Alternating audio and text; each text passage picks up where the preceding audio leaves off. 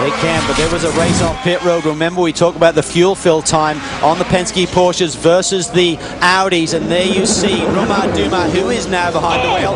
Oh, Werner got it all wrong getting out of his pit box. They got the stop completed, but Werner makes a mistake there, getting out of pit lane, allows Dumas to get around it. So that was a gift, in fact. So the crews did their job. Marco Werner had some kind of issue there, trying to get back on track. So it is now Dumas. We said he's been behind the wheel earlier today, but Dumas is now getting some time. There's the front. That's the splitter there, which is now hitting the ground at very low speed. I wonder if that's going to be an issue when he starts to see the downforce of these cars. We see the damage on Marco's car. It's a broken splitter. He's probably going to have to stop. In fact, he will have to stop and change the splitter. Just stay cool, please.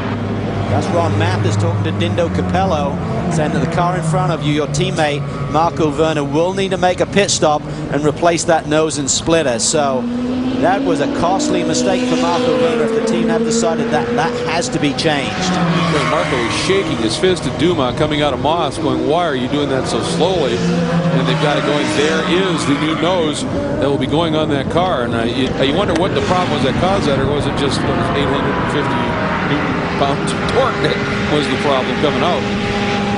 With the experience that he has, you know, that is a mistake that you typically do not make. Here is Lucas Luhr over the pit wall trying to take a look.